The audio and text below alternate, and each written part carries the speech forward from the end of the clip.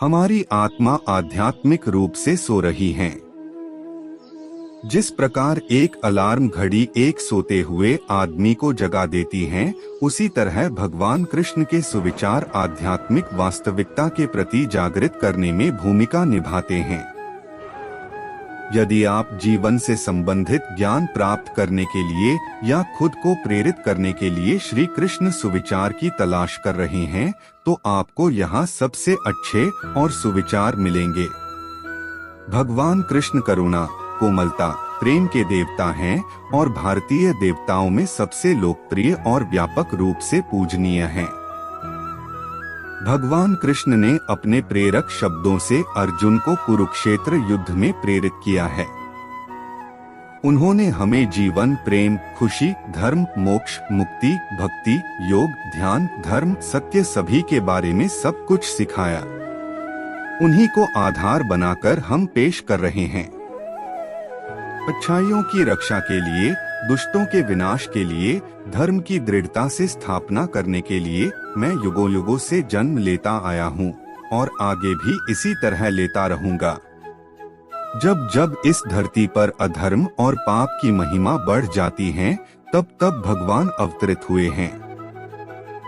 रावण को पापों से मुक्त करने के लिए भगवान श्री राम को इस धरती पर आना पड़ा था।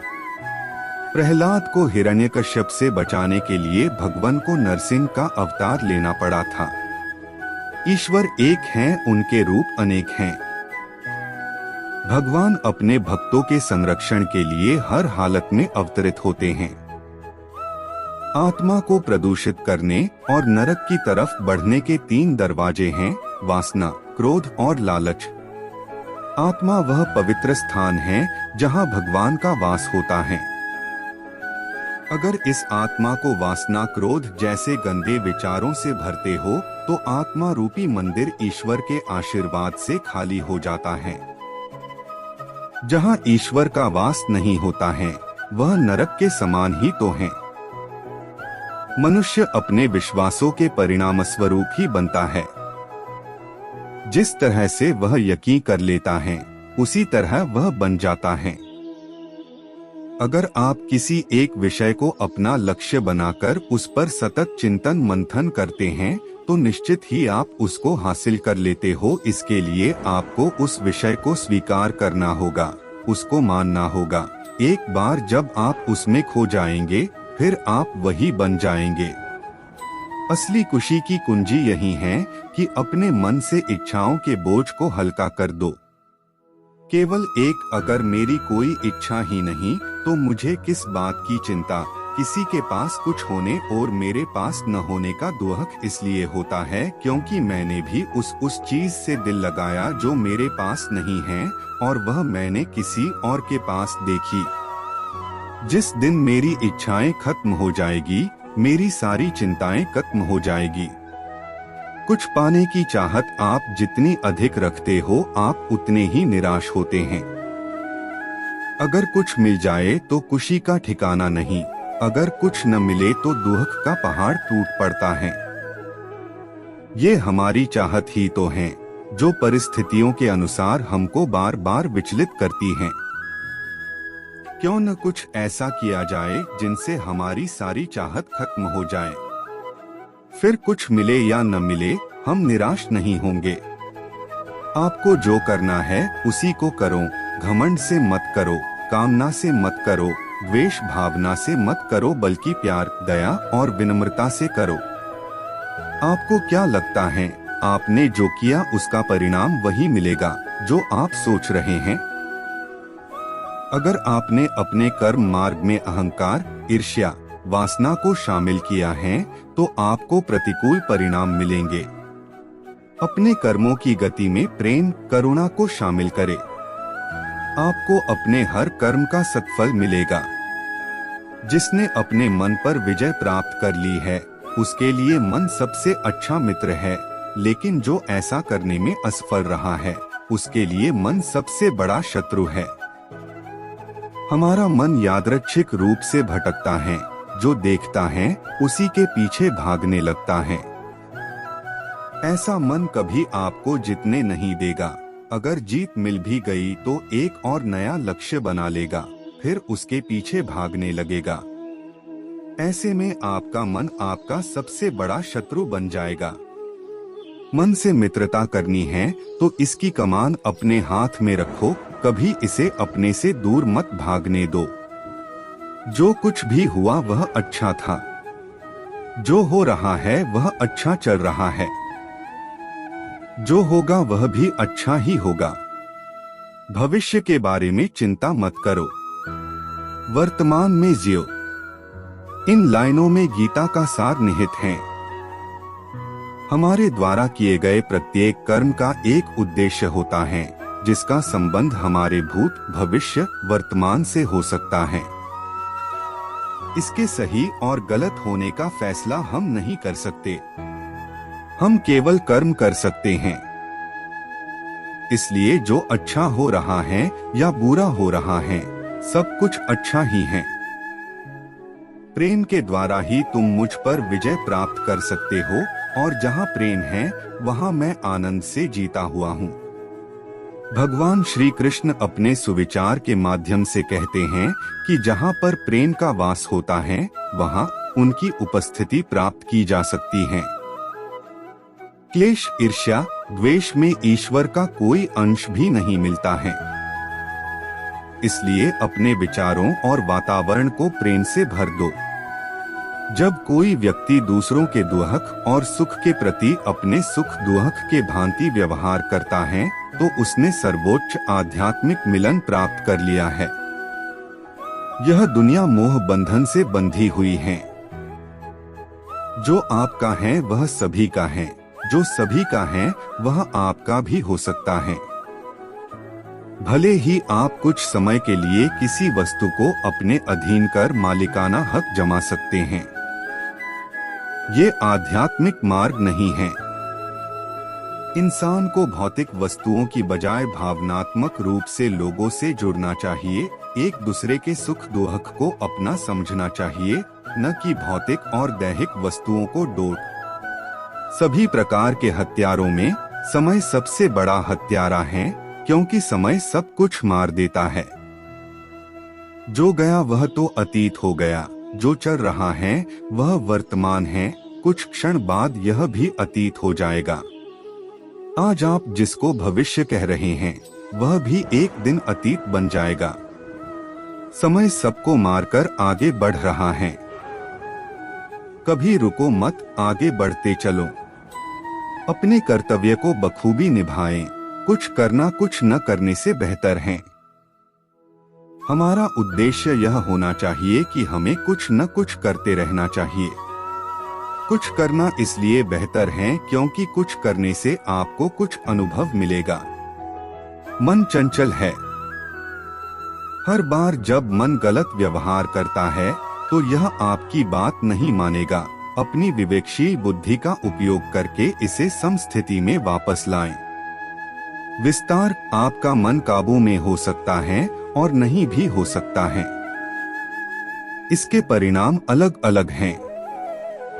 अगर आपका मन आपकी नहीं सुनता है तो कुछ समय बाद जब वह उल्टा सीधा काम करने के बाद शांत होगा तो आपको बड़ा दुख होगा।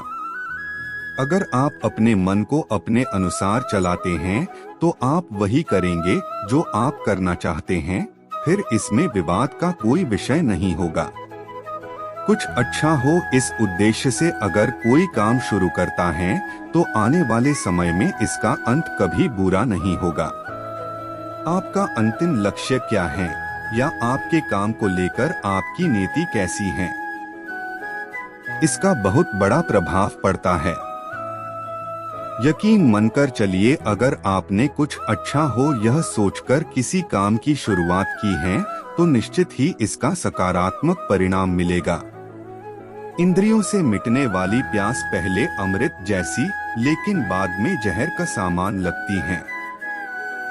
क्षणिक सुख और दुख सबसे भयानक होता है। एक पल में मिलने वाली खुशी आपको ज्यादा देर तक खुश नहीं रख सकती है। हमारी इंद्रियां दर दर भटकती हैं, कुछ न कुछ वह ढूंढती रहती हैं, जहां कोई मौका मिले वहां तृप्ति कर लेती हैं। उस वक्त या उस एक क्षण के लिए आपको अमृत का स्वाद मिल सकता है, लेकिन अंत में आपको इसका पछतावा करना पड़ेगा। जितना आपने मधुर स्वाद चखा है, उसके बराबर आपको विष भी पीना पड़ेगा। मैंने आपको बनाते समय कोई गलती नहीं की। आपको अपने आप को वैसे ही देखने की जरूरत है जैसे मैं आपको देखते हैं। भाग्य का साथ न देना, मेहनत का फल न मिलना, इन सब का दोष हम भगवान पर लगाते हैं। यह गलत है। भगवान ने हम सभी को बराबर संसाधन दिए हैं।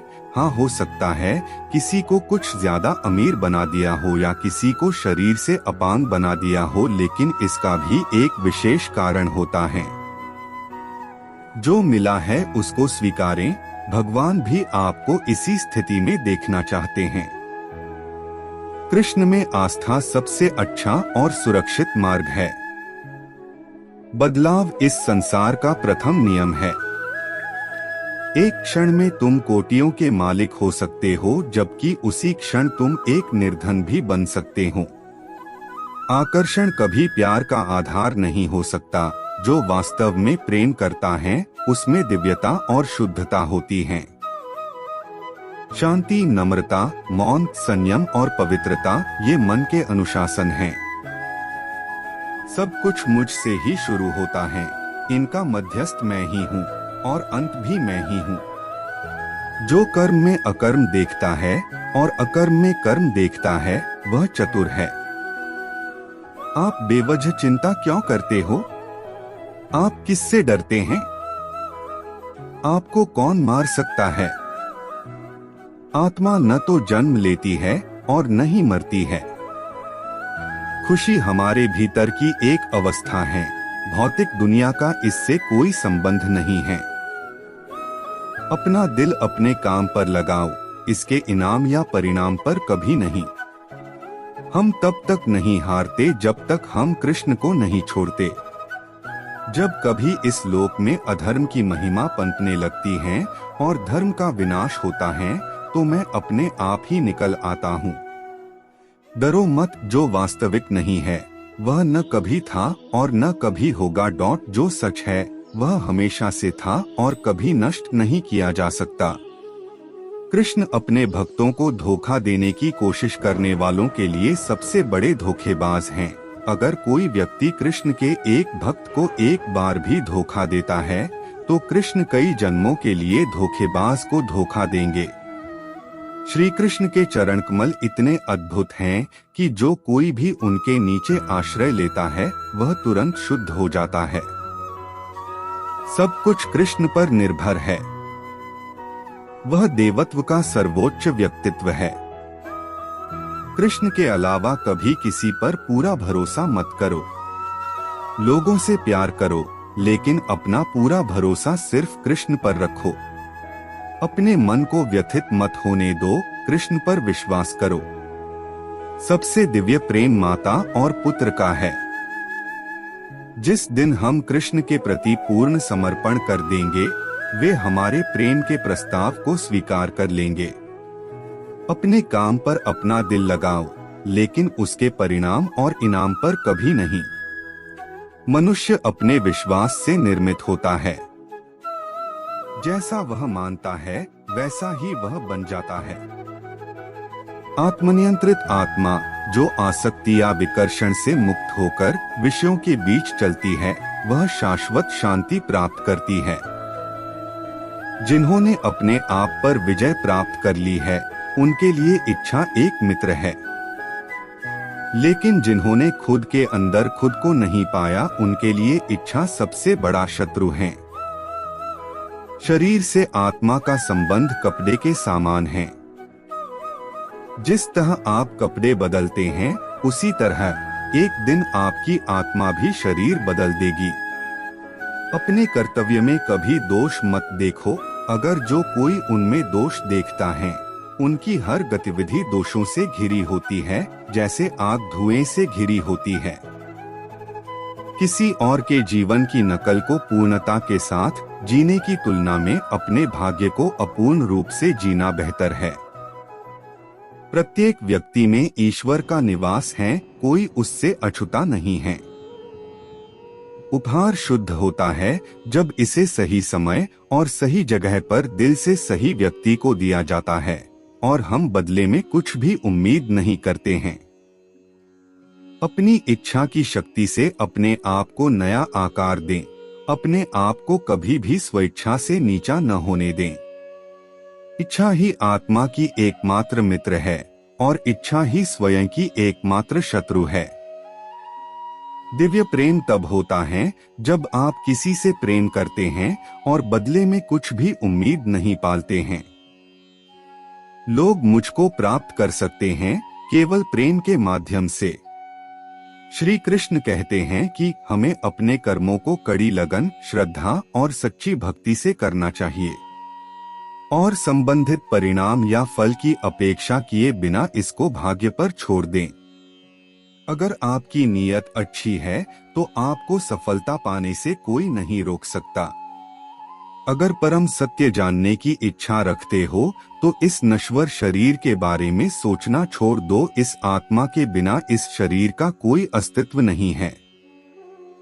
तू करता वही है जो तू चाहता है, फिर होता वही है जो मैं चाहता हूँ। तू वही कर जो मैं चाहता हूँ, फिर होगा वही जो तू चाहता है। कर्म का फल व्यक्ति को उसी प्रकार ढूंढ लेता है जिस प्रकार सैकड़ों गायों में कोई बच्चा अपनी मां को ढूंढ लेता है। तुमको तुम्हारे द्वारा किए गए कर्म का फल भोगना ही पड़ता है। तुम परिणामों से भाग नहीं सकते, परिणाम की उपेक्षा नहीं कर सकते और अपने उन कार्यों को पूर्ववत नहीं कर सकते जिनके कारण वे उत्पन्न हुए। तुम केवल इतना कर सकते हैं कि इनको सीखकर आगे के कर्मों को सुधार सकते हो। आत्मा न जन्म लेती है न मरती है, न ही इसे जलाया जा सकता है, न ही पानी से गीला किया जा सकता है। आत्मा अमर है, आत्मा अविनाशी है। हम यह शरीर नहीं हैं, न ही मन है। हम इस नाशवान शरीर में रहने वाले एक शांतिपूर्ण और नश्वर जीवित आत्मा हैं। जीवन ना तो भविष्य में है न अतीत में है, जीवन तो बस इस पल में है। अपने जीवन के हर पल को जियो। अतीत के विषयों को सोचकर इस जीवन को बर्बाद मत करो। अतीत को न तो बदला जा सकता है न ही दोहराया जा सकता है।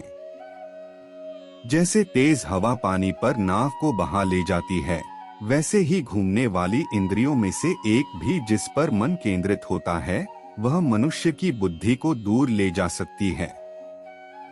आपको अपना निर्धारित कर्तव्य करने का अधिकार है, लेकिन आप कर्म के फल के हकदार नहीं हैं। अपने कार्यों के परिणामों का कारण स्वयं को कभी न समझें और कभी भी अपने कर्तव्य को न करने के प्रति आसक्त न हो। अनुकूल परिणाम की आशा में किया गया प्रत्येक कार्य व्यर्थ है। जीवन के लिए श्री कृष्ण उद्धरण हमें कर्म पर ध्यान केंद्रित करने और आराम करने के लिए प्रेरित करते हैं। आप जिस चीज के लायक हैं वह आपके रास्ते में आएगी, चाहे आप इसे चाहते हो या नहीं। तुम्हारी पीड़ा के लिए मेरे पास एक उद्देश्य है, तुम्हारे संघर्ष का एक कारण है और तुम्हारी सच्चाई का प्रतिफल है। मेरा विश्वास करो और हार मत मानो। बिना शर्त प्यार करना, बिना इरादे के बात करना, बिना कारण और बिना उम्मीद के देना, यही सच्चे प्यार की भावना है। मैं अपनी तरफ से किसी का भाग्य निर्माण नहीं करता हूँ, हर व्यक्ति अपना भाग्य खुद बनता है।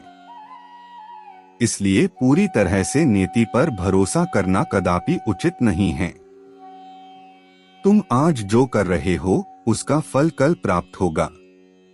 जो आज तुम्हारा भाग्य है वो तुम्हारे पहले किए गए कर्म का फल है। ऐसा कोई व्यक्तित्व नहीं होता है जो किसी को योग्य बनाती है, सब कुछ उसकी सोच पर निर्भर करता है। इसलिए स्वयं को जानो, जान जाओगे कि आप क्या हो। व्यक्ति जो चाहे बन सकता है यदि वो विश्वास के साथ इच्छित वस्तु पर लगातार चिंतन करे। प्रेम में कोई व्यापार नहीं होता, प्रेम ही अंतिम योग है। जो यह जानता है कि सुख भीतर से उत्पन्न होता है, वह परमात्मा से जुड़ने के लिए जीवन के वास्तविक सत्य को जानता है। यदि आप वह करने के लिए स्वतंत्र हैं जो आप करना चाहते हैं और जो आपका दिल करना चाहता है, तो आप वास्तव में मुक्त हैं। क्रोध से अत्यंत मूढ़ भाव उत्पन्न हो जाता है। मूढ़ भाव से स्मृति में भ्रम हो जाता है। स्मृति में भ्रम हो जाने से बुद्धि और ज्ञान शक्ति का नाश हो जाता है। जब बुद्धि का नाश हो जाता है तो इंसान गिर जाता है। मेरे प्रेम से आनंदित आत्मा से कोई कितना अनिर्वचनीय आनंद पाता है। एक बार जब वह आनंद प्राप्त हो जाता है तो सभी सांसारिक सुख शून्य हो जाते हैं। मैं अपने भक्तों द्वारा शुद्ध प्रेम में दिए गए छोटे से छोटे उपहार को भी महान मानता हूँ, लेकिन गैर भक्तों द्वारा दिया गया महान प्रसाद भी मुझे प्रसन्न नहीं कर सकता है। धन्य है मनुष्य जन्म, स्वर्गवासी भी इस जन्म की कामना करते हैं, क्योंकि सच्चा ज्ञान और शुद्ध प्रेम मनुष्य को ही मिल सकता है। जो कर्म बिना किसी प्रतिफल की इच्छा रखने वाले के द्वारा प्रेम या घृणा के बिना किया जाता है, वह कार्य सात्विक घोषित किया जाता है। तो दोस्तों, आपको इस वीडियो से क्या सीख मिली? आशा करता हूँ कि इस वीडियो से आप लोग बहुत कुछ समझ होंगे। अगर यह वीडियो आपको अच्छा लगा तो मेरे चैनल को सब्सक्राइब करके बेल आइकन को दबाना ना भूले, ताकि आपको हर वीडियो की नोटिफिकेशन पहले पहुँचे। तो अगर आपने वीडियो पूरा देख ही लिए हैं तो कमेंट में जय श्री कृष्णा जरूर लिखें।